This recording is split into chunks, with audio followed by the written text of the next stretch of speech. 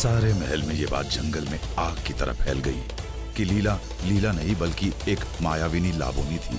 सब इस खबर से चौंक गए थे, लेकिन सबके मन में संतोष था कि जलाल और जोधा सुरक्षित हैं। जलाल की सेहत धीरे धीरे ठीक हो रही थी। तंत्र का प्रभाव हटते ही जैसे वो ठीक होने लगा था। होशियार को भी रुकैया बेगम से माफी मिल गई थी, क्योंकि वो जान गई थी कि जो कुछ भी हुआ वो होशियार की जुबान का नहीं, दमयंती के जादू का असर था। इस बात को 1 महीना गुजर चुका था। महल में हुए इस घटनाक्रम की खबर जब सलीम को मिली, वो महाराणा प्रताप को पकड़ने की मुहिम छोड़कर फौरन आगरा लौट आया।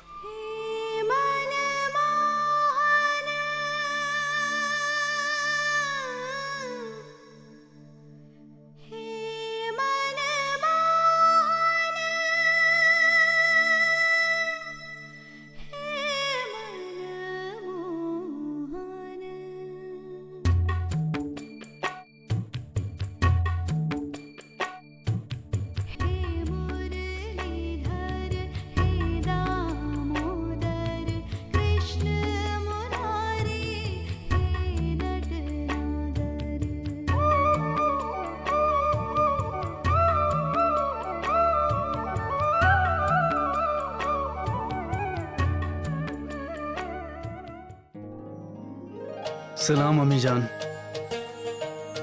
सलाम अबू जान। शेखू, कैसे हैं अबू जान आप?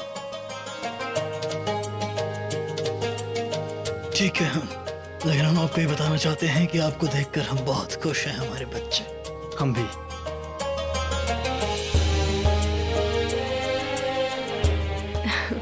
खुश रहो हमारे बच्चे। कैसी हैं आप? ठीक तो है ना?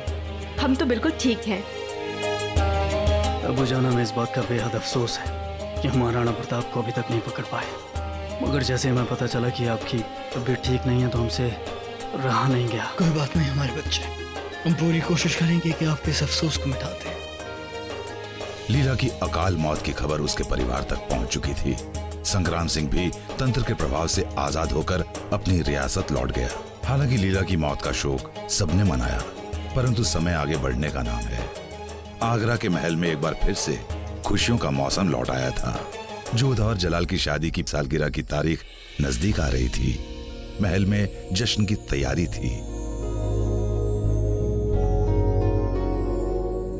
क्या सोच रही हैं आप?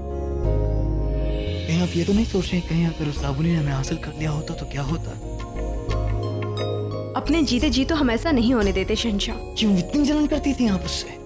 वैसे एक बात तो माननी होगी जोधा बेगम, चाहे वो कैसे भी हो, चाहे उसने कुछ भी किया हो, वो थी बड़ी खूबसूरत। हम सब जानते हैं आपकी नजरों में हमारे लिए प्रेम है ही नहीं। कोई कद्र नहीं है प्रेम की हमारे। कद्र है जोधा बेगम, तभी तो आपकी मोहब्बत की वजह से आज हम आपके सामने जिंदा खड़े हैं। चलिए काम करते हैं, हम जाइए एक कटार लेकर आइए, कहीं से हमारा सर कलम कर दीजिए और हमारे बहते हुए खून के हर एक कतरे में आपको सिर्फ आपका नाम दिखाई देगा। पर हमें लगता है कि कटार की क्या जरूरत है, आपकी तिरछी निगाहें काफी है। ये वाली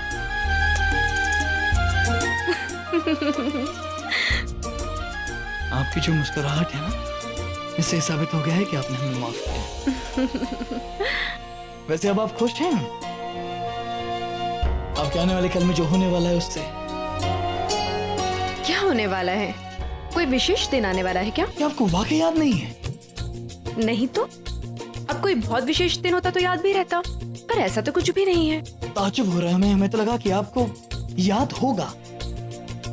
हमें तो कुछ याद नहीं है, बस आप हमें भेंट देना मत भूलिएगा, क्योंकि हमने तो आपकी भेंट तैयार करके रखी है। तो मतलब आपको याद है?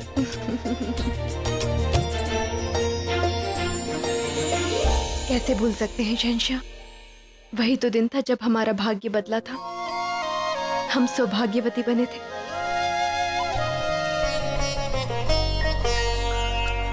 और हम भी उस दिन को कभी नहीं भूलेंगे जोधा बेगम, क्योंकि वो एक दिन ही हमारी जिंदगी में सबसे ज्यादा मायने रखता है। पर हम बता सकते हैं कि आप हमारे जीवन में क्या महत्व रखते हैं। आप हमारे संसार हैं शहंशाह, आपसे ज्यादा हमें और कुछ नहीं चाहिए। वैसे शहंशाह, हम सोच रहे थे कि अब जब सब कुछ ठीक हो गया है तो क्यों ना भाई साहब को पत्र भेजकर मानभाई और सलीम के विवाह की तारीख पक्की की जाए। अरे हाँ, हम तो भूल ही गए थे। और जब शेखू यहाँ हैं तो हमें लगता है कि आपको जल्द से जल्द अपने भाई साहब को राजा भगवान दास जी को पैगाम भिजवा देना चाहिए कि वो यहाँ आ जाएं। और फिर उनके आते ही हम शेखू और मान भाई की शादी का दिन तय कर देंगे।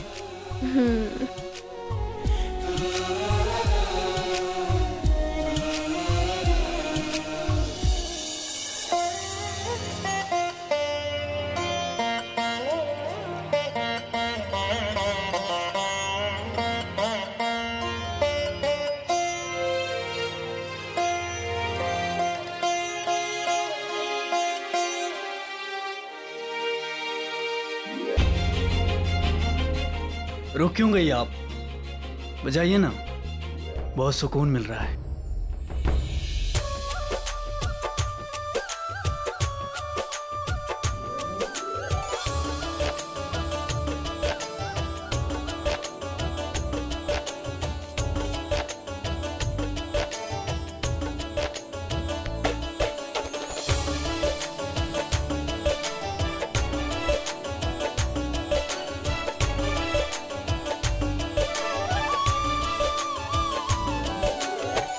साहिब आलम यहाँ? ये ख्वाब है या हकीकत?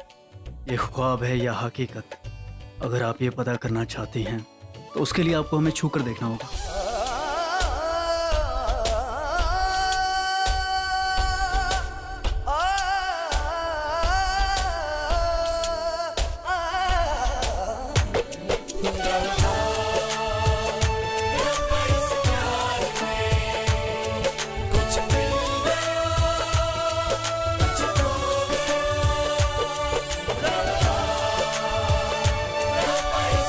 कितना इंतजार किया हमने आपके दीदार के लिए।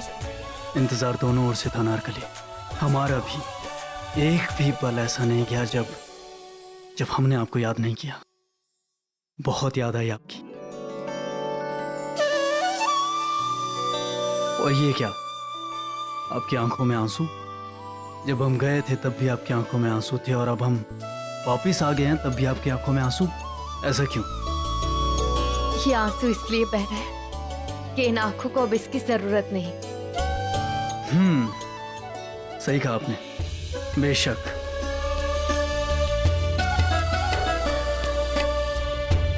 अब इन आंखों को, इन आंसुओं की कोई जरूरत नहीं है।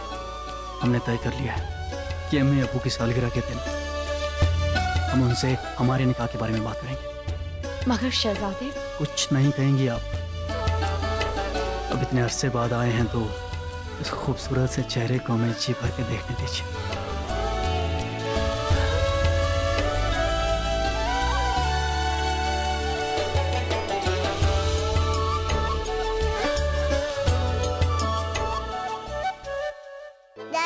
दादी जान, हमने तय कर लिया है कि अम्मी जान की शादी की सालगिरह पर उन्हें क्या तोहफा देंगे।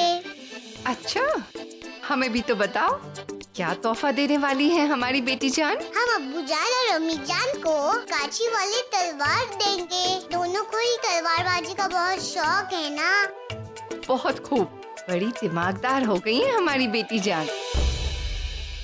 प्रणाम अम्मी जान। प्रणाम सलीमा बेगम। आओ आओ जोधा। अरे, क्या बातें हो रही हैं दादी और पोती के बीच में?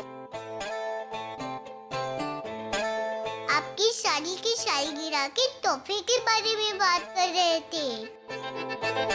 अच्छा, तो हमारी बेटी जान हमें क्या तोहफे में देने वाली है? हम नहीं बताएंगे, हम बताएंगे तो सारा मजा खत्म हो जाएगा। अच्छा, सुना है आपने और अब्बू जान ने अपनी शादी में आग के चक्कर लगाए थे। अरे हमारी बेटी जान, उससे अग्नि साक्षी कहा जाता है। हिंदू विधि के अनुसार ऐसी ही शादी की जाती है।